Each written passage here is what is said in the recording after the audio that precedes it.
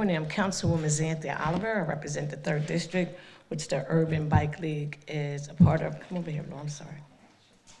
Stay here. So Laura's the director of the Urban Bike League, and this is the only bike company in the city of Wilmington currently. Most of them went out of business or they just relocated. So this is the area everybody comes to get their bikes repaired, and I let Laura really speak towards that. This legislation, I thought it was important to bring up because an individual almost hit me on one of them e-bikes on Warner Street, coming down a one-way street, coming straight towards me, bus traffic with a school bus, the Y, and traffic very intense, and he's just cutting through like it's no rules and regulations. And motorists have rules and regulations. And I don't care if you're on an e-bike or a scooter, you should be following the rules as we all do driving. And there's rules for individuals who ride bicycles, and Laura can get into that. You should be using your arms, and you should be going towards the traffic. You shouldn't be coming towards the traffic. So this legislation is adjacent to House Bill 114, sponsored by Cindy Rumer and Senator David Sokoler from Dover. This also amends Chapter 37 to the City Code to establish the usage of low-speed motorists, scooters, and electric bikes in the city of Wilmington. Currently, there's nothing on the books for the city of Wilmington as it pertains to the scooters and the e-bikes. And after I did some research, it's been a lot of fatalities. One in Maryland, a man got killed. Newark, Delaware, 2 children collided e-bike on school bus. Somebody was fatally hurt. And Dover, and all over, when you start looking up these e-bikes and scooter injuries, it's been a lot of fatalities, and I think it's just, it was unnecessary. Senseless deaths because motorists have rights and so should individuals on scooters and bicycles. This ordinance established the rules of operating electric bikes and low-speed motor scooters within the city of Wilmington that are consistent with recent enacted state laws. The ordinance also imposes helmet requirements for those under 18 who are operating or passengers on bicycle, electric bikes, and low-speed scooters. Right now, we're not trying to do anything to penalize anyone, but I think that's going to be the next piece of legislation. Right now, we're trying to do an educational piece. We have a piece we put out. It's a card for information we're going to take to the schools and give out for awareness to show people how to use the hand signals, drive in the e-scooters or the bicycles. So this is also an educational piece. The ordinance closely mirrors the state legislation to keep the rules aligned consistently. The key difference from the state law is that the age requirement, Class A and Class 2 e-bikes, a maximum miles per hour should be 20 miles. Ages, 7 to 12, must be supervised by the parents and legal guardian. Ages 13 plus may ride alone. Class 3 e-bikes, maximum 28 miles per hour, mirrors the state laws. Riders must be 16. That's the same as the state laws. So Class A and Class 2 e-bikes, age 7 to 12, must be supervised. Age 13 may ride alone. Class E, Class 3 is the maximum of 28. Now, the state law, as say low-speed motorized scooters, maximum 15 miles an hour. This recently was permitted by the state under House Bill 114. All of this sounds good, but to me, the motorists should not be penalized if you have people on scooters and bikes hitting you. Causes people insurance to go up, and I just think they need to, it's starting to be an influx of them, like this is a big thing now. You used to ride them in big fields or whatever. Now they're just riding them all. I don't know. I think it's also a gas saver, because now you can just buy the attachments and put it on your bike after doing the research. And I just saw a Good Morning America, they're selling them where you could just put them on your bike. But I think people shouldn't just be buying them for kids, putting them on the bike, and there's no education to it, because they're just having a field day. Also, helmets requirements, Class A and 2 helmets are recommended, required for the riders under 18. Class 3 helmets required for all riders. Scooter helmets recommended, required for riders under 18. And again, we're not trying to penalize people. The officers have enough to go through nowadays. Right here, the officers want to come over, please.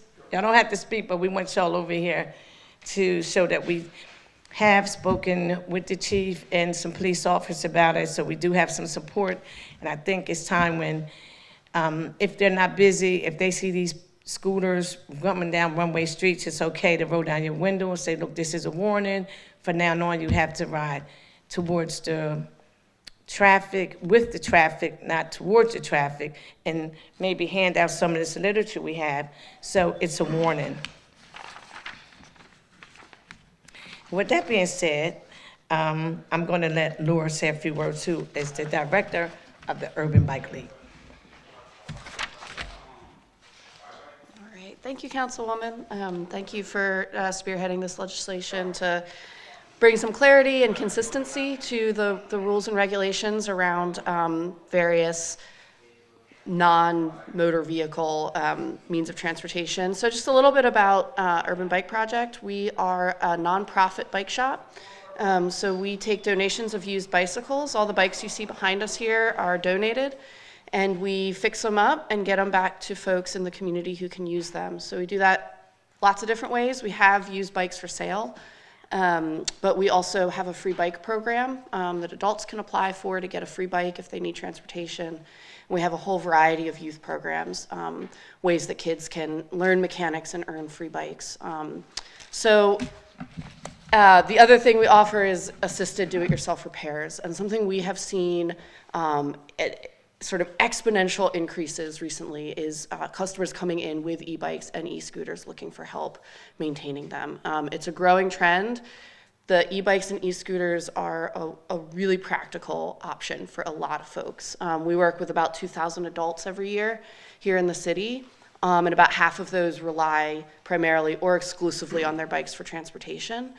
People have a lot of reasons why that might be the case. It could be that they have a disability that prevents them from driving, but they actually can ride a bike. It could be that they have legal restrictions preventing them from driving. Or it could be, many, many more who have financial restrictions that keep them from being able to drive. So a bicycle can be a really practical way for individuals to still be able to get to work and live independently and have a full life.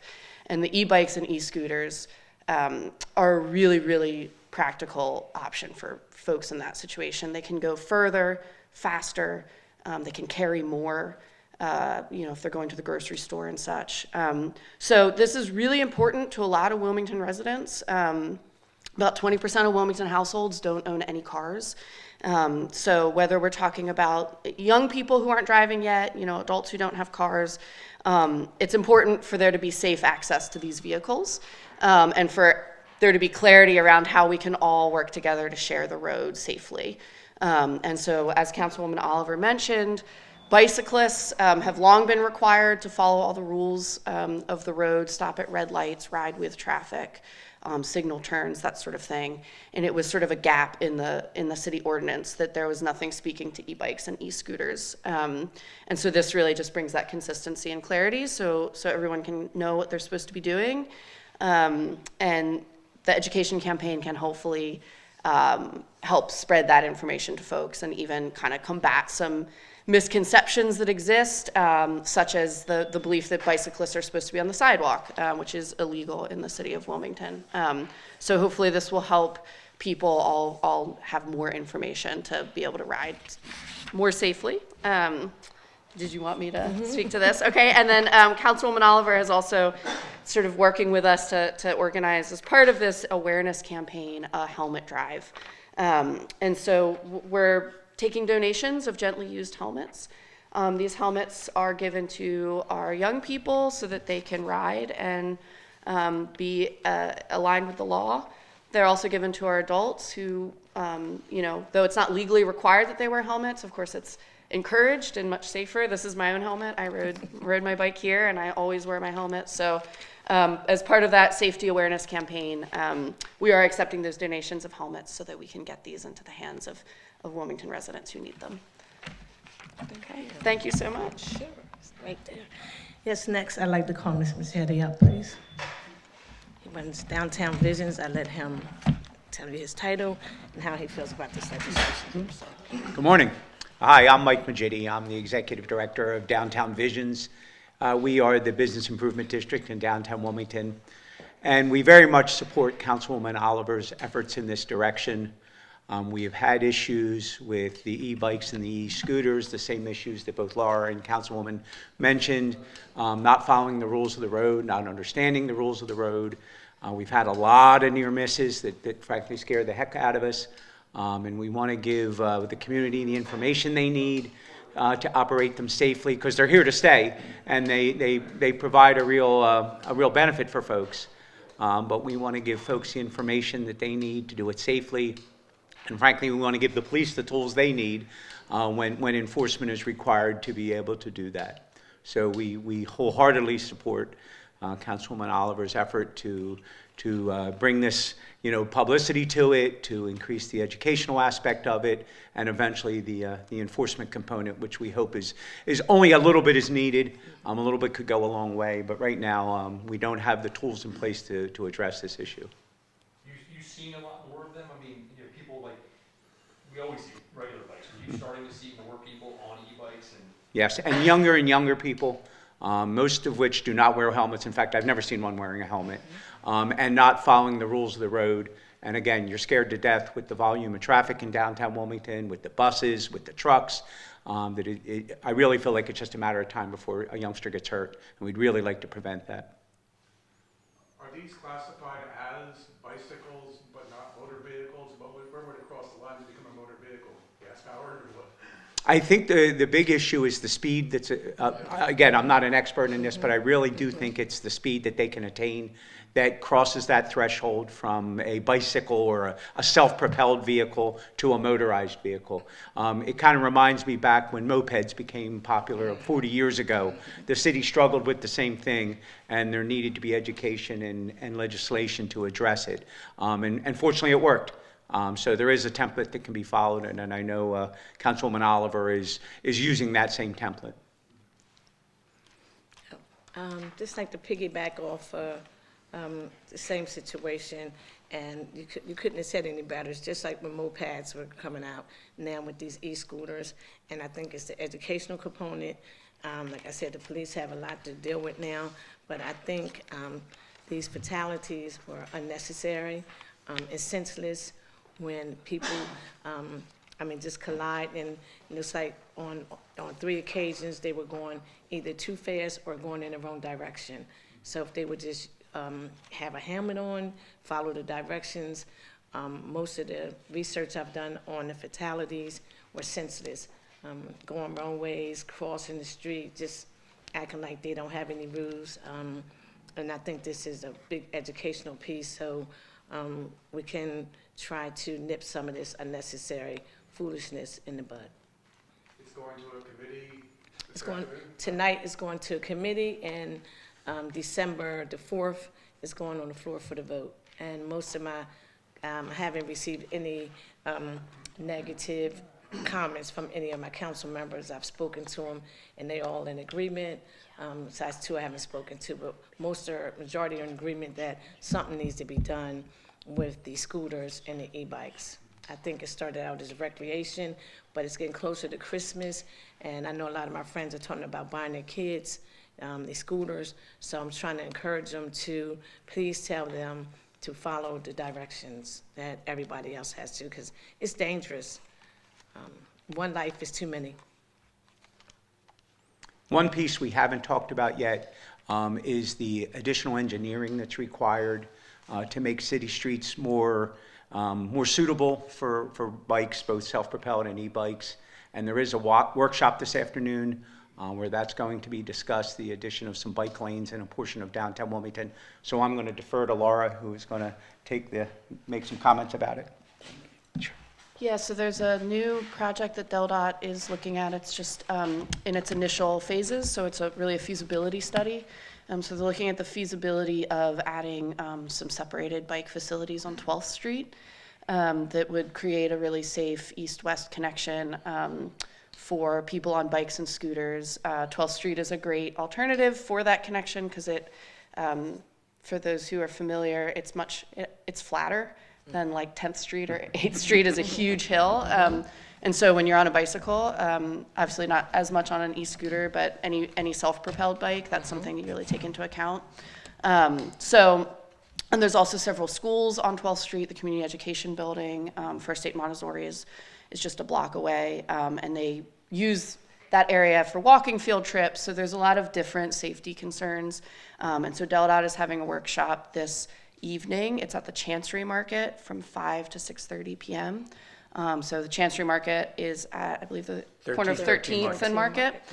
So they're looking at the feasibility of this. They want to hear from the community. What are people's concerns? What are their needs? How would they like to be using 12th Street? Do they drive on it? Do they take transit? Do they bike, walk? So if that's something that interests you and you want to contribute your voice to making Wilmington a safer place for people to transport themselves, you can come out. It's open to the public. Perfect. Laura, I have a question.